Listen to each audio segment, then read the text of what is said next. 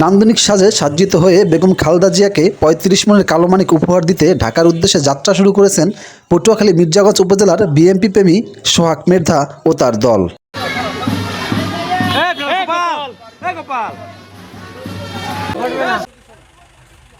বৃহস্পতিবার সকাল ৯টায় ৩টি ট্রাক সহ ৫০ জন বিএনপির কর্মী নিয়ে ওই ইউনিয়ন উত্তর জাটিবুনিয়া গ্রামের নিজ বাড়ি থেকে তিনি রওনা দেন।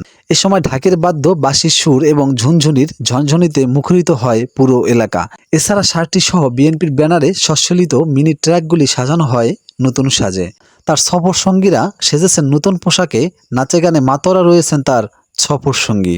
এদিকে বেগম খালেদা জিয়াকে শাড়িটি উপহার দেওয়ার কথা শুনে গতকাল বিকেল থেকেই তার বাড়িতে ভিড় করছেন শত শত উৎসুক জনতা। দীর্ঘ ৬ বছর পরিবারের অন্যান্য সদস্যের মতো অতি যত্নে শাড়িটি পালন করেছেন সোহাগ মৃধা।